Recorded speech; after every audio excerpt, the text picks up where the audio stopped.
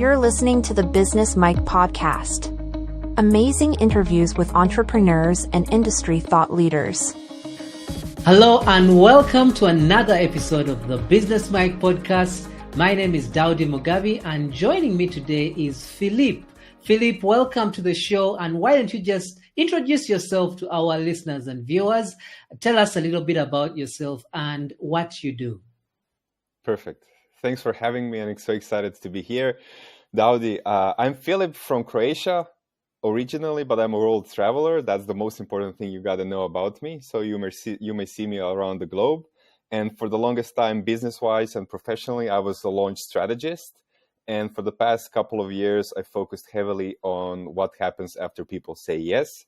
So basically what I do is I launch I call it movement, not even a business, it's client flow movement, which is focused on the tagline, when your clients win, your business wins.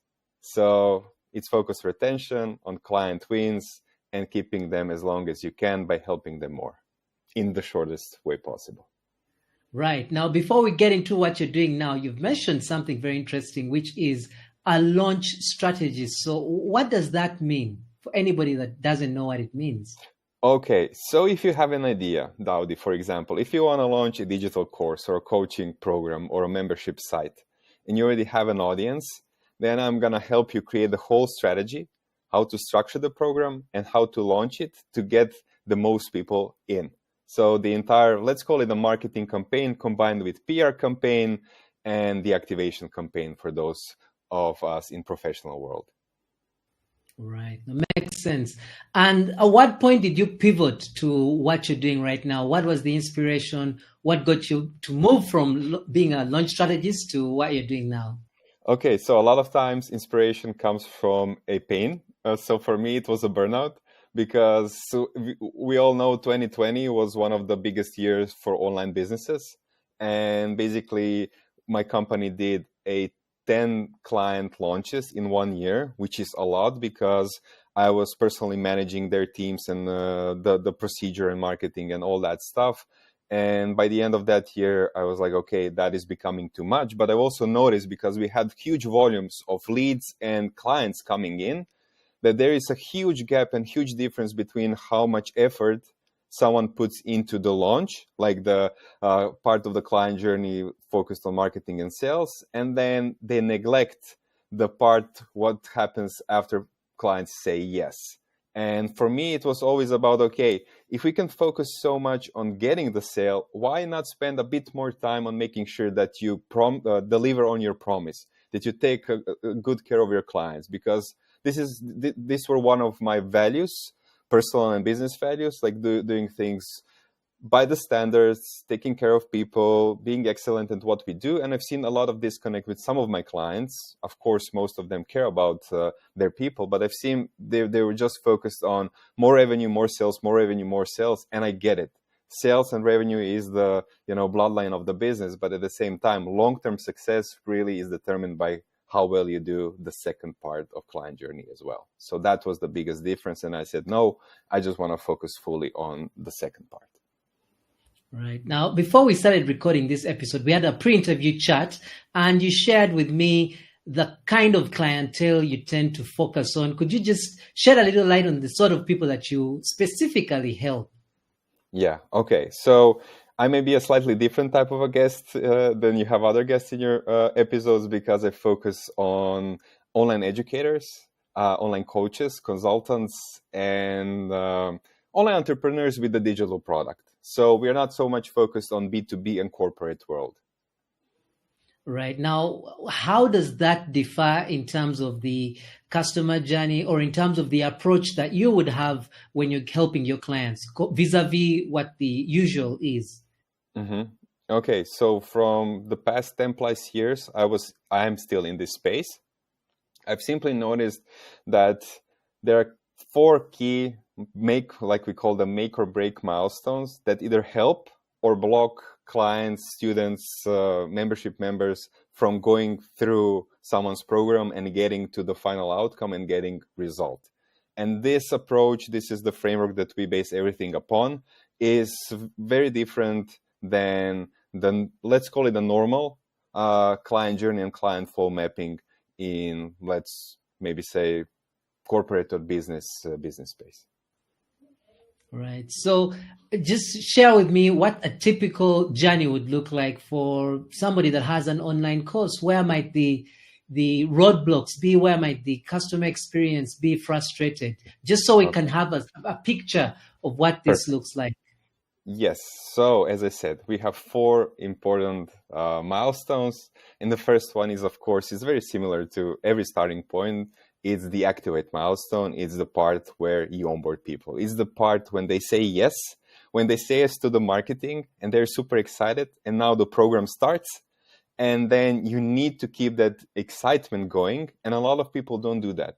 They have very good marketing, but when someone says yes, you send them an email, they get to log into course platform, and that's it. And then there becomes a huge expectations versus reality gap, and people start losing trust even before they've started. So that's the first one and a big one to attend to. The second one is how people consume the content you created for them. That one is called educate. And this one is changing the most with the AI revolution and everything that's happening. So even a couple of years ago, nobody wanted hours and hours and hours, like 55 modules and I don't know how many workbook materials. But now they don't even want to watch so many minutes of educational videos, and everybody wants to just chat with ChatGPT. So we need to change how we educate them. So that's the second one is. And then the third one is how they actually implement, because in our world, a lot of people are stuck in what I like to call just one more lesson loop. And they just like watch the modules, watch the lessons, but they don't start implementing. So we want to make sure to give them tactics and give them support and give them, in a way, let's call it a push in terms of how they start implementing and getting those micro wins that are important for keeping up the momentum. And the final one, which we all like the most, is how we celebrate them, which is called celebrate, is what happens at the end of the program, how we ask for the testimonial, how we ask for the referral, and how we present the next step to our clients. Because a lot of clients just finish the program and nothing happens. It's just like, okay, we are done, let's move on, which is not the right thing to do. And it's costing a lot of back-end revenue for a lot of people. So that's it. Now you have the full secret and the full behind the scenes of the client journey framework. Okay, so the quite a number of touch points that you mentioned there where the clients could be frustrated, and you mentioned the first one where there is no engagement after signing up. The second one was the way in which they consume the content, and the one that stood out for me after that was what happens after the course is done. Now, I'm a member of professional associations as well as someone that has online classes, and I want to start with the point of view as a member of a professional association. And like you rightly said, sometimes after you sign up, I'll even go before that. Before you even sign up, the advertising is brilliant. You meet the people, they tell you how perfect it is. And the onboarding process could be a challenge. Sometimes you might not get to know how to pay, or if you do, the way you get a receipt or confirmation is quite disturbing. Maybe you're asked to fill out a form again, yet you already gave your information. And once you're on the platform, sometimes navigating the platform in itself becomes a challenge. You don't know how to do something because maybe the platform is sophisticated or it's not easy to understand. And what I wanted to get in as far as insight is concerned from your point of view is, how do you draw all this stuff on a piece of paper? In other words, how do you create this journey? How do you simulate the journey of your potential members, of your potential students on a piece of paper? And how do you account for each and every scenario so that you don't leave any stone unturned? In other words, how do you create a sort of journey map for someone that's going through this experience? So what's interesting is I first thought that because we know a lot of people, like 30% of all learners are visual learners, that they want to see how it looks like. But the more I work with clients, the more they say to me, and this is what we did in the last 2 client cases, basically creating a Trello board with like 4 simple lists, and every list represents specific step. And then we write what happens in each of the steps. We play around like with post-it notes. When I started working with them, it's like just like, okay, I'm asking them the questions just as we're talking now. It's like, okay, what's happening when they sign up? This is happening, that is happening. And then the stuff that is not happening, we add it to a different color. And we just like kind of play around, and we brainstorm all these different possibilities that they are happening and not happening. And then we create implementation plan where they can get the biggest results with the smallest effort. Because like you said, when someone logs into the platform, and platform is very complex and they don't know what to do, sometimes the solution is so simple. It's basically start here section with a brief video and 3 simple steps. Okay, this is what you need to do to start implementing or start consuming. And that changes the momentum and changes retention right from the start a lot. So we play around in a way. Yeah, that makes sense, to try and identify what it is that maybe you missed out and see how best you can incorporate that so that the person using your platform or course or anything else can benefit. And for me, what comes to mind then, with that being said, is do you engage or have the user as part of the process? Because as the creator of the platform, in my head, it's perfect. There's nothing wrong. But once someone starts to interact with it, then the problems start popping up. So how do you account for that inability to see it from a user's perspective because you are the developer? So what I do, because I'm a user when I work with clients, especially when we do one-on-one projects, they sign me up for their program. I sign up, I get the access, and I just tell them, okay, let me play around with it. And I see exactly what it happens from a user's perspective, but that's only so that's my perspective. Let's call it like professional perspective.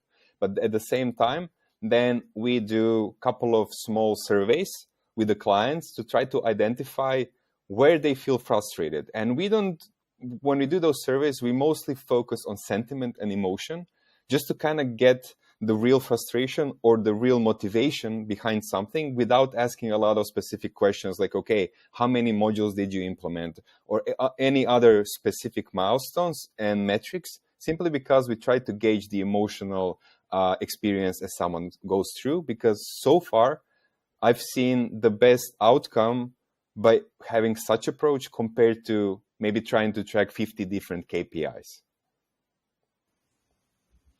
Yeah, that makes sense. So when you capture the sentiment or the emotion of the customers, how do you then map it onto the process or the journey and identify how to resolve those issues? In other words, how does an emotion clearly tell you where the problem is? Is it that the client or user is dumb, or is it that the system in of itself has a problem? It can be combination, because then we are trying to find the trend, and we are trying to find like more user samples. So that's why we are trying to get a survey to more people. It's not like, okay, if 3 people respond, yes, there can be actionable data, but I cannot make like specific conclusions and saying your platform is wrong based on 3 people. So when we get responses, then we sit down and try to identify 5 biggest friction points based on the common patterns. So this is how we try to get into like what most users are saying, because a lot of people, when they're describing, they're trying to say the same thing with different words. So they either feel overwhelmed, or they don't know where to start, or they didn't even see where the worksheet materials were, or we've noticed that, for example, a lot of people just don't know how to create, for example, a funnel because they are not tech savvy. And then we see the drop-off rate of, 70% of members in a course on module 3 that is focused heavily on technical implementation. And then we brainstorm with the client and say, hey, okay, there are 2 different ways we can attack this. We can offer a more simplified tech implementation, but at the same time, we can have a small service that helps people create that stuff for them and move them to the next step. And this is how we create additional backend revenue and increase client lifetime value by offering something that solves the problem and moves them to the next step without pushing the sale. Right. And my question would then be, do you have a platform that clients incorporate, or is it more of advice on your part on what to change? Clients already use their own platform. So they choose one of the common platforms, and I don't force them to change the platforms. I work with clients who already have client flow, and they already have, for example, group programs coming, clients coming through group programs. So we are focused more on the optimization. If client is building something from scratch, then we identify the best platform for them, so they don't just follow the trends and, for example, select, I don't know, school, because the school is currently one of the most popular platforms for membership and community building, but it's not so popular if you want to be focused on real performance-based coaching. So it really depends where they are in their journey and what they want to use the platform for if they're just starting. Yeah. Another area that I wanted to touch on is the engagement, not with the platform or the content itself, but with other users, because a lot of these platforms that have learning involved sometimes have sections or areas where they collaborate with other students or learners. And how do you then design that experience? Because in a way, it's sort of out of your hands because of the users that they're interacting with. So the emotions might be affected if someone isn't treated right, or the platform in of itself might not facilitate easy engagement, so to say, with other users. How do you address that particular issue? So it depends what you're selling. For example, if I'm selling you group coaching, then I'm the main facilitator, but at the same time, I'm trying to kind of create a connection between the members. But if we are focused on the membership side, like some of my clients, then it's crucial to create an environment where clients start communicating together. So they're like either you can imagine them like sub forums or like subgroups with specific topics, where we kind of make sure that they start commenting and communicating and sharing, I don't know, weekly wins, or sharing their weekly focus points, or small bits and pieces, so they start getting to know each other more. Because if clients connect and if they're creating the community effect, then it's not like all the spotlight on you and making sure that if you don't post, the program is dead, because they are kind of creating the community engagement by themselves. But it has to be engineered. A lot of people just say, hey, here is the community aspect. Here are like seven forum topics. Start talking about that. No one's going to start doing that. You have to engineer the engagement as well. Yeah, that makes sense. And for me, I feel like that's where a lot of creators of these platforms drop the ball, when they just leave their users to fend for themselves on those platforms without any guidance or strategy behind it. So I agree with you 100% on that.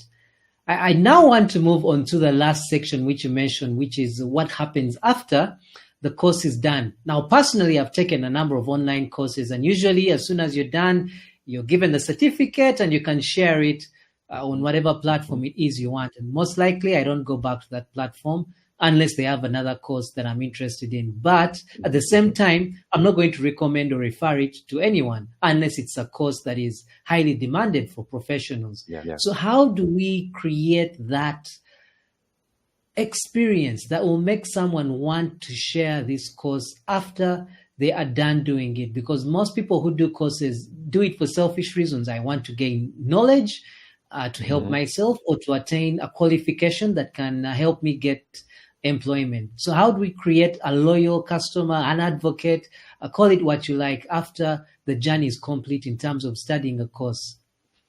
So the thing is, it's not just how you start, it's how you finish, and what is the emotion when you're done with the course. And if there is nothing, again, engineered in a way that you do it on a high note, emotionally and positively. I'll just give you one example that works wonders. So this is, guys, if you have group programs, membership sites, whatever, and you want to increase your retention up to 30%, here is what I recommend you do. So when you know that people are coming to the end of the program, just make sure to record them a simple video thank you message that lasts for 3 minutes and addressing why you're thankful for them for being through this program. Let them know that there are other options, and at the same time, congratulate them on their journey. It's simple as that. It's just like having conversation, because if we would be having a live group, for example, and group education, Daudi, you as a host would come to me in the end and say, thank you, Filip, it's been great, blah, blah, blah, all that stuff, and maybe give additional materials and pointers for what are the next step, or if you have something else for me to go through. If not, I'd be okay by just seeing you, being thankful for me being a part of your program. So again, it's just like showing that you're a human and that they are not part of some automation that ends the program. They lose the access to the program, and that's it. Yeah, well, thank you so much. And before we let you go, I just wanted to find out from you if you have any advice that you can share with my audience. They come from varied customer experience professions and fields. So what advice would you give somebody that is in this field of customer experience, something that you've learned on your journey doing this? Oh, one advice. Okay, I think that's applicable regardless of the industry, and I believe a lot of experts are doing this. But if you're not doing this, not focusing on the big outcome as the final, solution of your software platform program, but focusing on creating micro wins. Because if clients know what the micro wins are, if your teams know how to celebrate those clients and make sure they are celebrated for it, then you're creating the momentum, and those small wins compound to the big outcome that you promised to your clients. And I'm seeing, like, out of all the things that we are doing and things that I've learned, if and when we focus on that, that gives us the biggest yields in returns. All right. Well, Filip, I can't thank you enough for joining us today on the Business Mike podcast. And before we let you go, how can people connect with you? How can they learn about you and what you do? Perfect. So the only thing you need to do is to go to joinclientflow.com. It's my main website, and just click on join the newsletter, because I'm regularly writing newsletter on Substack. I'm sharing behind the scenes stories of stuff that we're doing with clients. I'm sharing some personal stuff as well. So basically, if you want to keep learning and being up to date with everything that I've just shared, just join the Substack via my main website, and that's it. All right. Well, thank you once again, Filip, and I look forward to chatting with you in the near future. Best of luck. Thank you, and thanks for having me again, Daud.